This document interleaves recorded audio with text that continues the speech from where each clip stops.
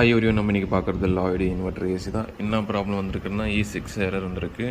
So நம்ம E6 எரர்னு போது check பண்ணோம். நம்மளுக்கு இங்கே E6ன்னு கன்ஃபார்ம் ஆகிடுச்சு. ஸோ E6 எரர்னும் போது இதுதான் இந்த லாய்டோட எரர் கோடு. இதில் E6 பார்த்தீங்கன்னா நம்மளுக்கு இன்டோர் அவுட்டோர் கம்யூனிகேஷன் ப்ராப்ளம். இது சேவ் பண்ணி வச்சிங்க யூஸ்ஃபுல்லாக இருக்கும். லாய்டு இது இன்வெர்டரு அதாவது எரர் கோடு தெரியாதுச்சுன்னா இது கொஞ்சம் சேவ் பண்ணிங்கன்னா உங்களுக்கு யூஸ்ஃபுல்லாக இருக்கும். ஸோ நம்மளுக்கு அப்படி நம்ம பார்க்கும்போது இன்டோர் ஆன் ஆயிடுச்சு. அவுட்டோர் பார்த்தீங்கன்னா சுத்தமாக ஆனே ஆகல, எந்த ஒரு லைட்டும் பிளிங்க்குமே இல்லை. ஸோ அதனால நம்மளுக்கு E6 எரர் வருது. ஸோ நம்மளுக்கு ஃபால்ட்டுன்னு அவுட்டோர்னு கன்ஃபார்ம் ஆகிடுச்சு. இப்போ இது ரெடி பண்ணிட்டு கம்ப்ரஸர் வச்சு ஓட்டிட்டு ரிட்டர்ன் கொடுத்துடலாம். ஃபைனலாக பார்த்தீங்கன்னா போர்டு ரெடி பண்ணியாச்சு. இப்போ பார்த்தீங்கன்னா சிஸ்டம் ஆன் பண்ணிருக்கேன். இன்டோர் பார்த்தீங்கன்னா டிசி மோட்டர் ரன் ஆகினு இருக்குது. அவுட்டோர் பார்த்தீங்கன்னா நம்மளுக்கு ஆன் ஆயிடுச்சு. இங்கே பார்த்தீங்கன்னா லைட் பிளிங்கிங் இருக்குது. ஏன்னா இதுக்கு முன்னே பார்த்தீங்கன்னா நமக்கு லைட்டுக்கு எந்த ஒரு இண்டிகேஷனுமே இல்லை.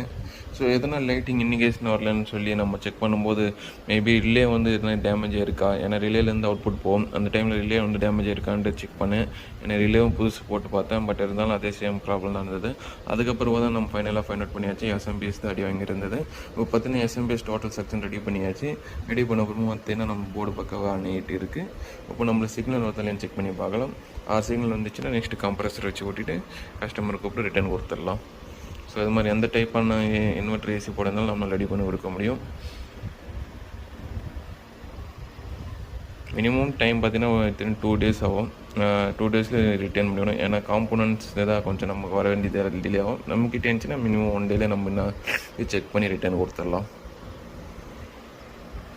சிக்னலும் செக் பண்ணியாச்சு. இப்போ பார்த்தீங்கன்னா ஃபுல் சர்க்கிள் ஆகல, பட் சிக்னல் பார்த்தீங்கன்னா பக்கா வந்துருக்கு. பட் நெக்ஸ்ட்டு கம்ப்ரஸர் வச்சு ஓடி பார்த்தலாம். பட் இது ஏசி மோட்டர் தான். ஜஸ்ட் நம்ம டெஸ்டரில் வச்சு செக் பண்ணால் போதும். ஏன்னா ஜஸ்ட் அவுட்புட் வந்தாவே ஏசி மோட்டர் பார்த்துக்க ஓடினு இருக்கும். ஸோ கம்ப்ரஸரும் நம்ம ஸ்டார்ட் ஆகிடுச்சு.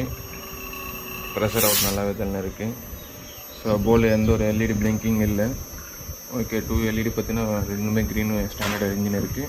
இதில் எத்தனை டைம் பிளிங்க் அடிக்குதோ அதை வச்சு கூட நம்ம வேறு செக் பண்ண முடியும். பார்த்தீங்கன்னா டெம்பரேச்சர் 24 இருக்குது. E6 எரர் பார்த்தீங்கன்னா நம்ம டோட்டலாகவே ஸ்டாப் ஆகிடுச்சு. அதே மாதிரி ஃபேனு கனெக்ஷன் வருதா இல்லையான்னு பார்க்கறதுக்காக நம்ம டெஸ்ட்டை வச்சு பார்த்துக்கலாம். சப்ளையும் பார்க்கும்போது நம்மளுக்கு அவுட்புட்டும் வந்துடுச்சு. கம்ப்ரஸர் பார்த்தீங்கன்னா ஃபஸ்ட்லேருந்து செகண்ட் ஸ்பீடுக்கு மூவ் ஆகி இருக்குது. ஸோ இந்த மாதிரி எந்த ப்ராப்ளம் நம்ம போர்டு ரெடி பண்ண முடியும். அதனால் போர்டு தான் சேஞ்ச் பண்ணணும் நம்ம அவசியம் இல்லை. So thank you friends.